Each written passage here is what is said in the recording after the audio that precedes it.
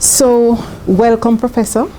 Thank you very much. Thank you so much for agreeing to come to speak to me and to ultimately speak to the audience on education and quality assurance in early Jamaica. My pleasure. So I want to start by asking you to just reflect for me for a moment on how quality assurance would have operated in the Jamaican landscape in the early days, pre-NEI. Well, we have two different tracks that we have to pick up on. A public education system really started first with the establishment of elementary schools immediately after emancipation. This was done through a partnership of the imperial government in England, the churches, Protestant denominations in Jamaica, and the newly freed who paid for educational services. The churches made grants in cash and kind. The Jamaican Assembly wasn't part of it. They were not in for education of the newly freed. They wanted them to remain on plantations and continue to carry out manual labor. So the imperial government left the partnership in 1846. And that caused a downturn in education. And the Imperial Parliament asked the Jamaican Assembly to fill in their gap. But it's difficult for you to ask people to put in money where you are withdrawing yours. That's right. So the Jamaican Assembly was very parsimonious in its provision, but it established the Department of Education, gave it little funds. So education became a grievance in the country, especially on the part of the newly freed. But the churches continued. The schools were theirs. They charged fees. Then in the 1850s, we had the cholera and yellow fever epidemics that made public health an issue. And then the planters were mainly the justices in the courts. Justice became an issue. Those grievances came together and caused the Morant Bay Rebellion. And the Morant Bay Rebellion was largely the successes of the elementary school system that was established. So Bogle, if you notice Bogle and all of them, they were educated, they were literate, they owned property, but they were not satisfied that they had succeeded.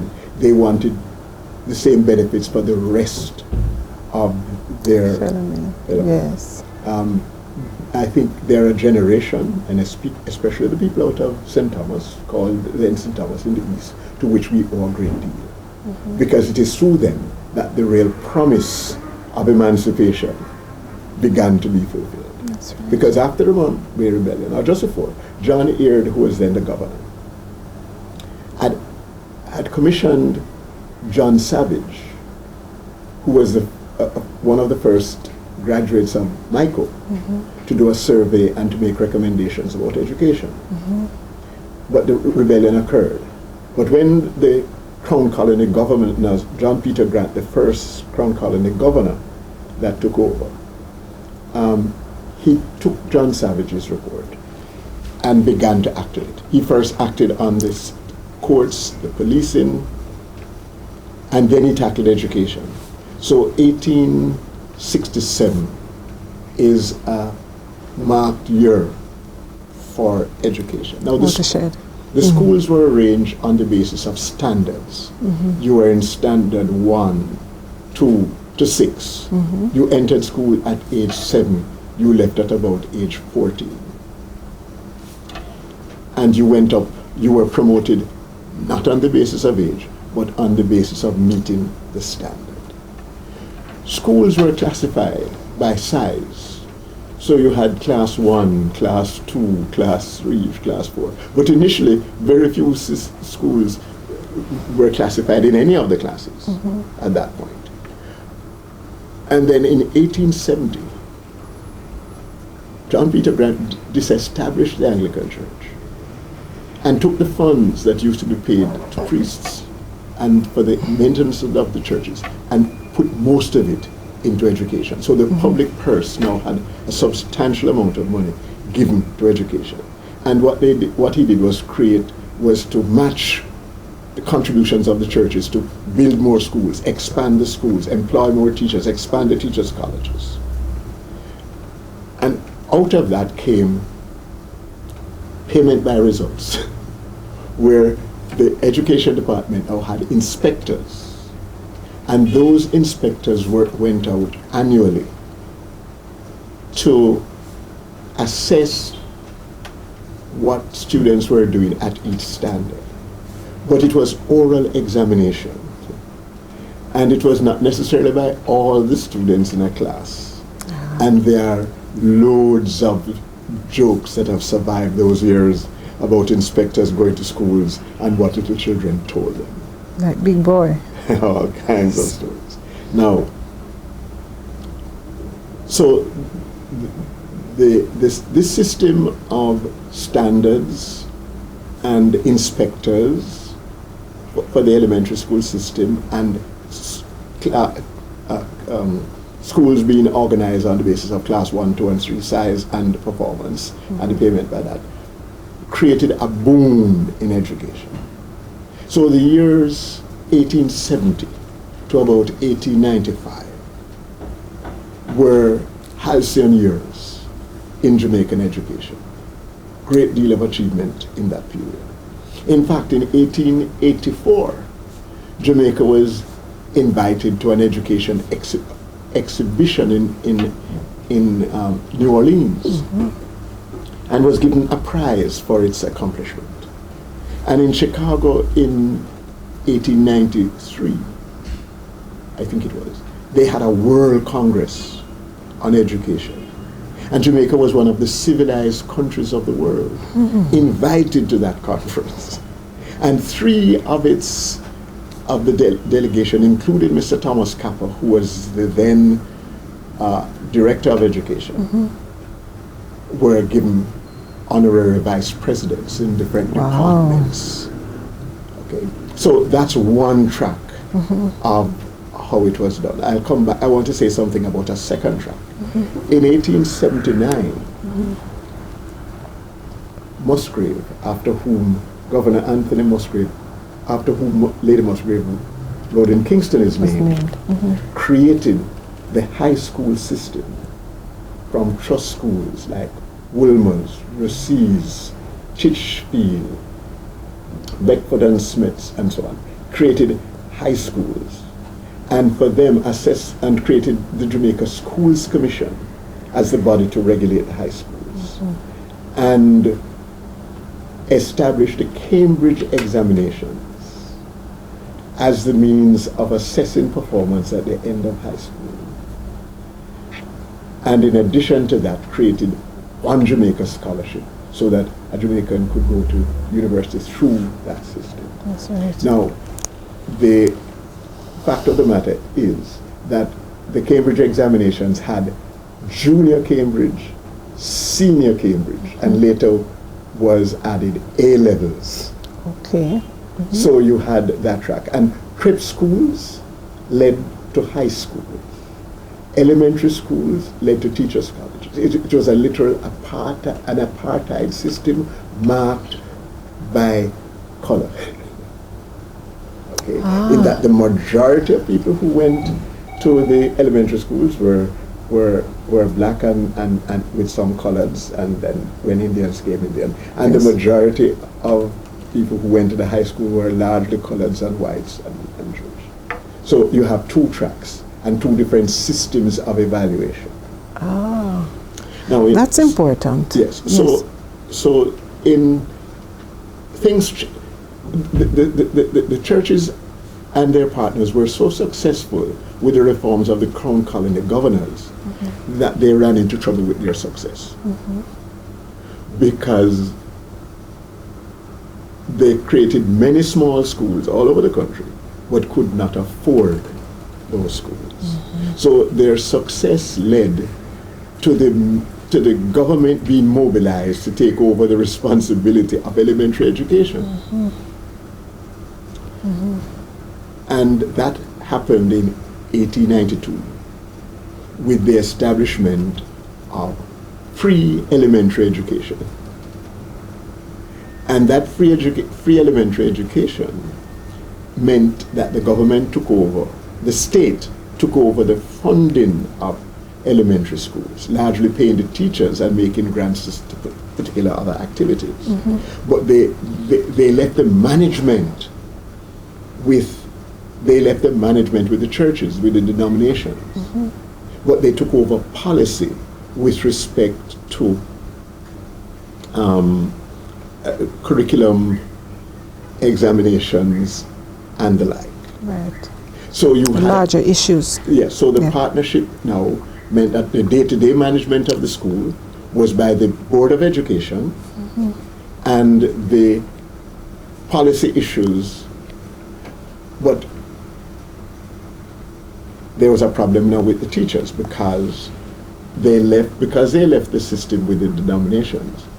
Although it was now a state system, the minister managers could require the teachers to preach in church and could fire them for not doing so. Wow. That led to the creation of the Jamaica Union of Teachers in 1894, the first such union in the Caribbean. Yes. To agitate on behalf of the teachers.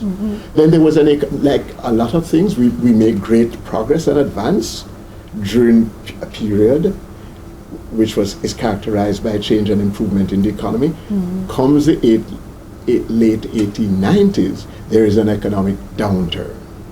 There is government takeover, and at that stage, the government reverses some of the gains made in education. One of them is to cap the amount of money that could be spent on education from the public purse to no more than 10% of the revenue of the government. Wow.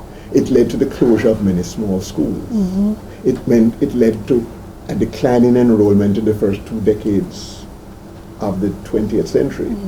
And because they could no longer afford paying by results because the teachers were getting too many good results, they changed to paying teachers on the basis of qualification and experience.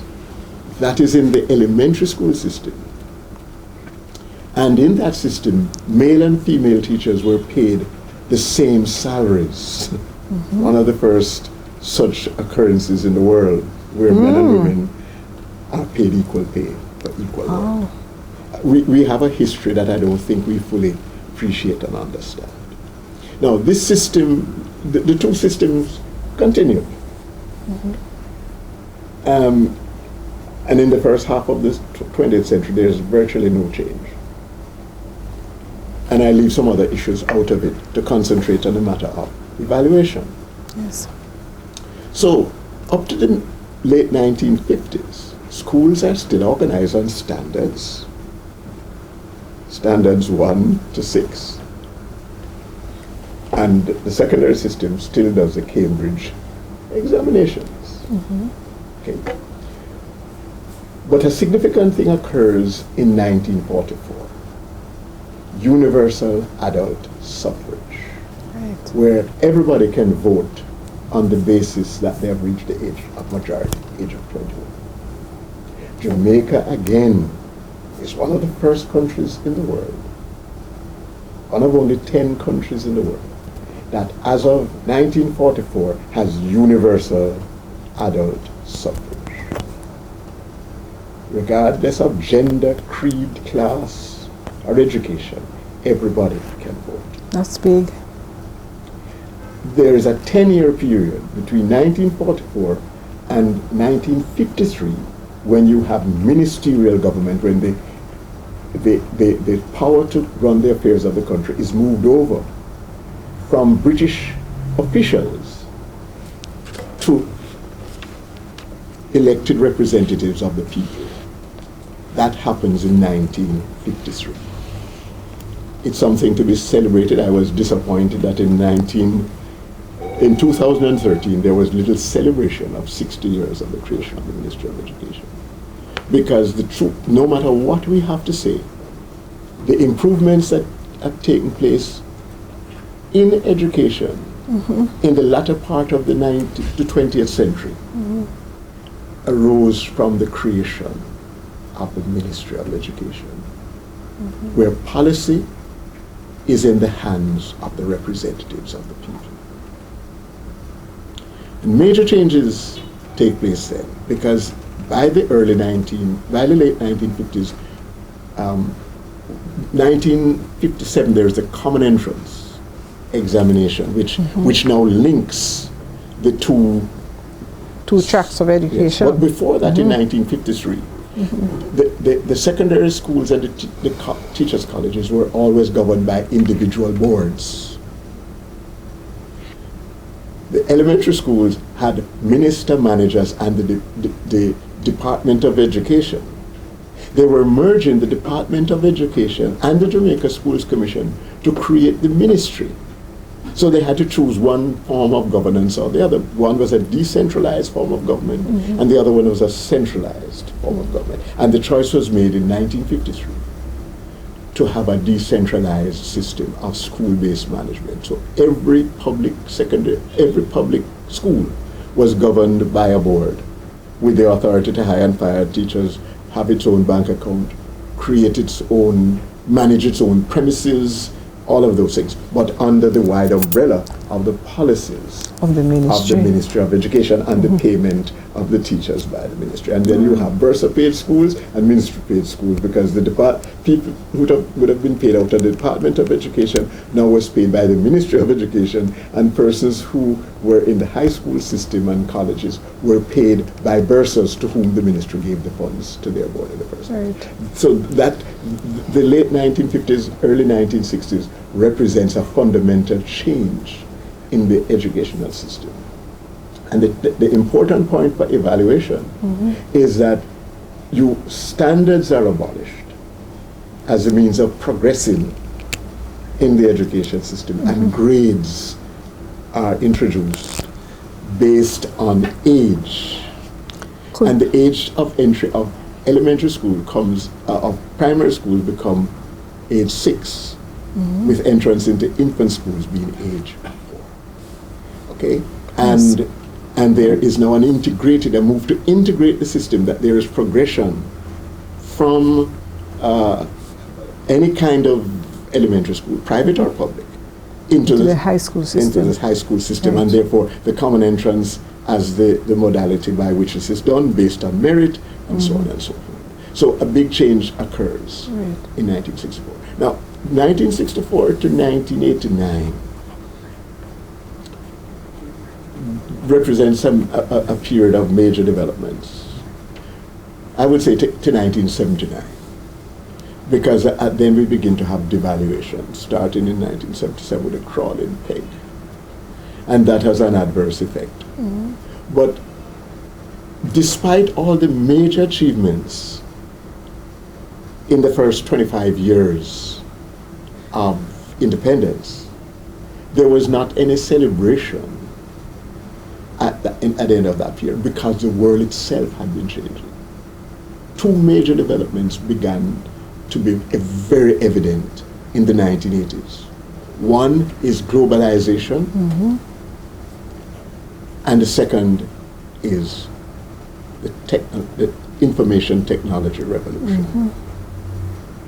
And so, instead of celebrating the success, for example, of universal primary education, of most children going to secondary schools, and all of those things, and improvements in literacy and all of that, people are now saying the system needs to be changed. And so in the 1990s, there are major reforms. Principle about that is that the government of Jamaica did not take at that time a comprehensive approach to reform as done in other Caribbean countries. They took a project approach. So reform came about by projects. And you have many of them that you can speak about. The Rose Project the PEST project, there are lots of projects that brought in new ideas. The change, but in the 1960s, you no longer have, when the change, the system moved from standards to grades and all of that, you no longer have, and the creation of the ministry, you no longer have inspectors. You have education officers. Yes. And you have education officers at the primary level that has a number of schools. It used to be about 20 to 25 schools located in different parts of the country, and their job is to supervise the schools and make sure that they're running and give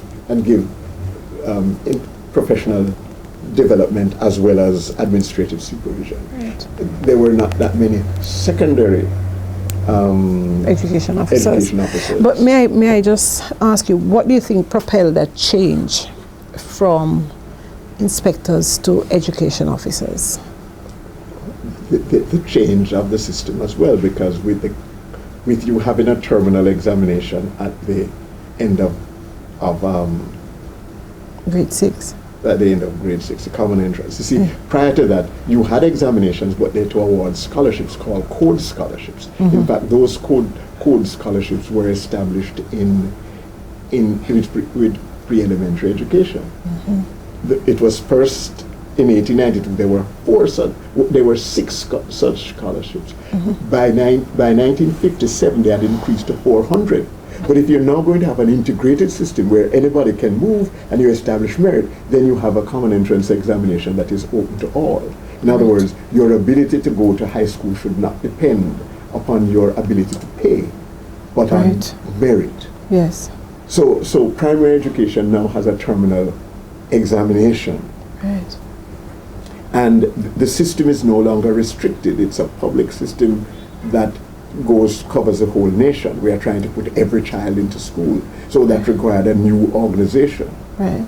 And so education officers become the modality for supervising the system across the country. Right. If I may take you back, Professor, to where you said what was it for pay? What was it called again? Payment by results. Payment by results. Would it be then that the quality assurance mechanism of the day, the inspection, was focused on the teacher rather than... No, the examination was focused on the students. On the student. Because the inspector examined the students. But the direct payment was on the basis of the performance of the students in those tests. Right. However, at that time we didn't have schools not many schools were anywhere near like today. Almost all, the vast majority of schools were in the 1900s, latter part of the 19th century, had a single teacher. One single teacher. One single teacher, and they usually teacher. And then some had head teachers because there were more than one, but the schools were not large. In addition to that, there was a pupil teacher system that provided most of the teaching for the class, because the most successful students of the elementary school system were given examinations which were called Jamaica local exams. Yes. 1, 2, and 3, and the head teacher helped students to prepare for those exams, and those who were most successful in 3rd year were employed as pupil teachers and paid. So you had a head teacher and a lot of pupil teachers. Yes. And it was a pupil teacher's examination that gave you entrance to college. Right.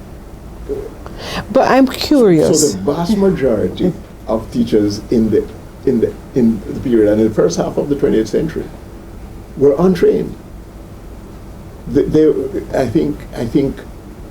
I think statistics will show in the 1940s less than half of the teachers were trained.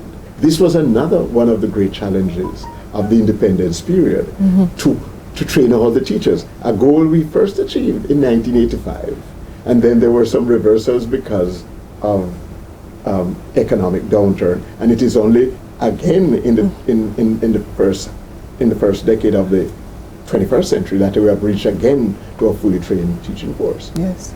So we have always gone through periods of movement, and the inspectorate came in with the attempt in 2004 to move away from a project approach to reform, to a holistic approach. That's and this right. was the transformation That's right. system. And it is out of that we now have, we still retain education officers to do the administrative supervision of the system, but now inspectors to take over the monitoring of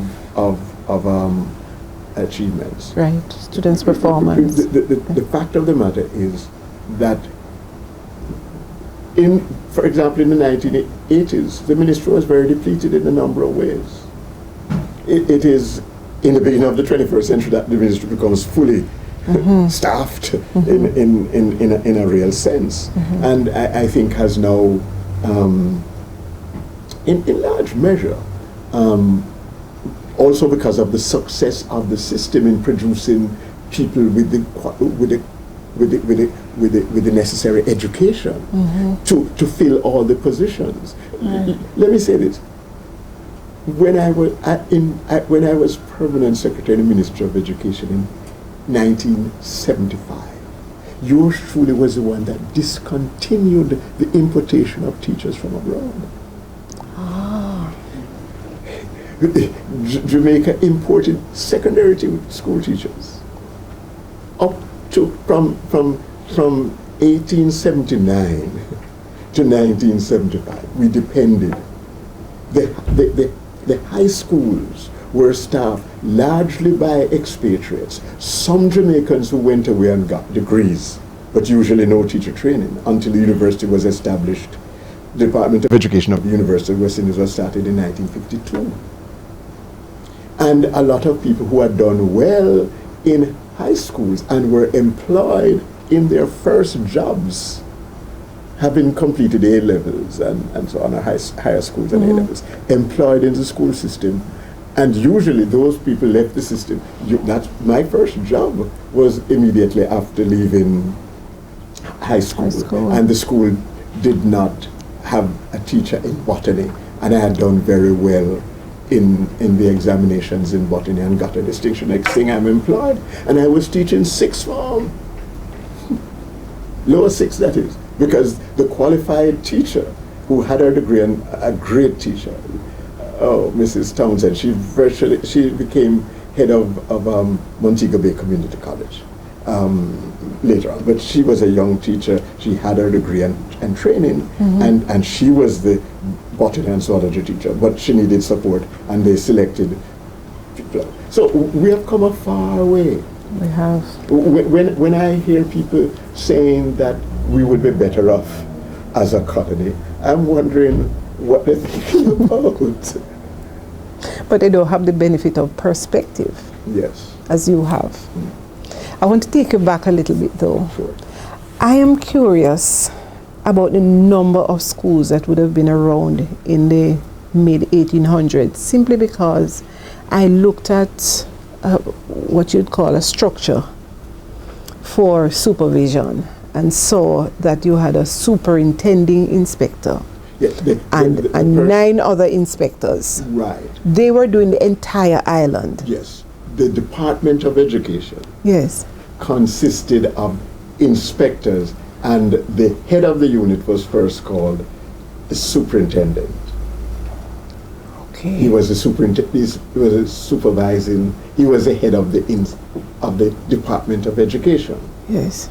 And then they changed it later on with the first person to hold the position as such, as Director of Education, was Thomas Capper. When they made many of the changes in the 1880s. And that had a position on the Legislative Council. So the Superintendent of Education, along with the Superintendent Superintendent of Works, or they changed the nomenclature to Director, the Director of Works, the Director of Education, the Island Secretary, the Attorney General, and sat on were appointed members of the Legislative Council, because we after Crown Colony government was between 1866 and 1884, and as of 1884 you had the election of some persons to the Legislative Council, single chamber, and also the appointment of certain people, and the British officials were a large part of the appointed officials, and the Director of Education sat on the Legislative Council. The first Jamaican to be the Director of Education was Mr. Reginald Murray, who later became Professor Murray and head of the Institute of Education. That happened in the late 1950s. Wow. So it means then that most of the inspectors and those who were high officials in education did come from the metropole, or they were white men and women. Without question. Most of the principals of the high schools and colleges. That's why you can begin to speak of the first Jamaicans. The persons, now we have to be careful about that, because some of the first Jamaicans were white or brown. Yes. So you will get that coming into being. Yes. And in all of the institutions. Yes. The inspectors of police, the hierarchy of the government. That was one of the issues that turned the middle class in Jamaica against the colonial powers, because having granted them high schooling and limited opportunity to go to university, they then did not give them the positions, because they were reserving those positions to import people from abroad, and that became an outrage. So the nationalist movement is largely a middle class movement, composed of all colors, white, Jewish, colored, and black Jamaicans. So the period of 1900 coming on gets that till it breaks out. Now, the other movement was the workers' movement. The people who were excluded from voting, from any sort of benefits and so on. They come into the system in 1944. So you can't understand the education system and the governance of it without understanding also the political system and the governance of it. In fact, the two have relationships. I mean, I had some chance to discover that in a way, having, I love history, and I was taught by some great Jamaicans who had gone abroad and studied and came back. And I was at Calabar, and they were very nationalistic, not only from Jamaicans, but some Barbadians and Trinidadians and Guyanese, and these young West Indians, because in the colonial government you moved around the whole West Indies. And so, for example, I only learned West Indian history, didn't do any European history. And I got a great love for it. In fact, there was a choice when I went to school to do AdMaths or history. I did both. I went to the AdMaths class and read the syllabus for the history on my own, and thank God I passed both. I got credits in both. But I'm saying that. So I've loved it. And so as you read the history of education and see what's happening, and you depend upon the historians who have done a great job in recording, you begin to see the connections. And having gone to the Electoral Commission for 12 years, you were able to fit that into the political. I have learned that unless you understand our history and have a good understanding of it, and the history of the organization, any organization I've ever been a part of, I almost spend the first 6 months reading what happened before and who did what, and respecting what they contributed and trying to build upon that. That's right. That's a general approach that I've used. Because until you respect the sacrifices and the efforts of people who have preceded you, Yes. You cannot make an intelligent contribution unless you are wrapped up in yourself and only want to advance yourself and not the organization. That's right. and the people. That's right. Thank you for that. Let me ask you another question. When you think about how people might have felt about being inspected or education being quality assured by these inspectors of the past, these men from the imperial power, what did you glean by way of the mood of the people about inspections? And let me say this to you.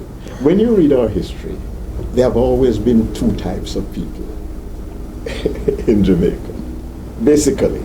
yes. Basically, and they come in very disparate. Those who, wherever they were born here or born abroad, embraced Jamaica as whole and stayed here to build it. Mm-hmm. And you have always had people who are born here and brought on abroad that only wants to advance their own cause. Mm-hmm. They want to drop boof and everybody else pew. There's always been tension Mm-hmm. between those two types. Mm-hmm. And one of the choices that we all have to make is whose sides are we on. But then when we say, in that regard, let me make a point very clear. The education is not served by manufacturing success. It is best served by our people making the standards and achieving merit on the basis of effort and learning things that they can use. If we patronize our children and our people by making them soft and flabby, we are not serving them well. That's right. The other part is having decided to set good standards to be achieved, we are obligated now to help them and stay beside them to achieve those standards. Very good. And you have always had two sorts of people. People who want to do that and help build people up. Mm-hmm. And you also want people to show how great they are and they are superior because they have succeeded despite these underlings who are inferior. That's right. That's always a tension. I got you. Got you. So, how would you wrap up now this period in our history and look forward? Now that the NEI has been on the scene for 10 years. Look, there are some things that I see that you are doing that I think you are on the right track with, which is that the school has to be the unit of analysis and not the individual teacher. Yes. That the assessment is periodic. Yes. Education is a delicate plant that does best in the shade. I am suspicious of league tables on a basis of whether people have improved or not, because it's not the same set of students every year. That's right. And people vary. So this business of improvement is variation. And the other point I have to make in that regard is that we have to have confidence in our own people. Our young people today are better educated than any previous generation in our history. The gap between the poorest and the richest in terms of educational level is just a matter of access to tertiary education. The question that we have to ask, and I drop up, because every generation has to make their own, and that is the true of this generation currently, my generation who is going into the past, and the one to the future. It is, what do you do in your time? One thing I've convinced about, it's always been, it's not only about achievement. We have done very well about achievement. We are now having a crisis in being who we are and have become in terms of character, in terms of conscience, in terms of collaboration and cooperation and living together. So when we are evaluating the education system, when we only take one dimension, education, achievement in the various subjects, we may be paying so much attention to that we're lacking on character formation, the formation of a conscience, the formation of how do we live to cooperate and collaborate and live together, the matter of inventiveness. Because when we are to assess education, we have to take all of those into consideration. I want you to tell us why you think we are on track. Another reason you think we're on track. I see three things that you're doing that I would want to support, and I think you're on the right track doing it. Number one is to use the school as a unit of analysis and not the individual teacher, because teaching is a social profession. It's many times the efforts of the teachers in the early grades that lead to the success of the teachers at the upper grades. Mm-hmm. Number two, not to inspect every school every year. Education is a delicate plant that does best in the shade. Once every 3 to 4 years is good. That's right. Thirdly, it is good to concentrate the resources and the efforts on the schools that are struggling to succeed. Mm-hmm. Many of those schools are located in under-resourced areas. That's right. Without the parents and the corporate bodies and the communities. And this is where the government therefore has to put more resources to help those children. Right. One of the things that I have found, I don't know what it is now, but I found it in my research previous to this, was that when you looked at average attendance, poverty, and reading achievement and so on, they were all at about in the 70-odd%, and they coincide. Yes. So each person would be researching a single variable, but all of those variables were just proxies for disadvantage. Very good. Professor, thank you so very much. My pleasure.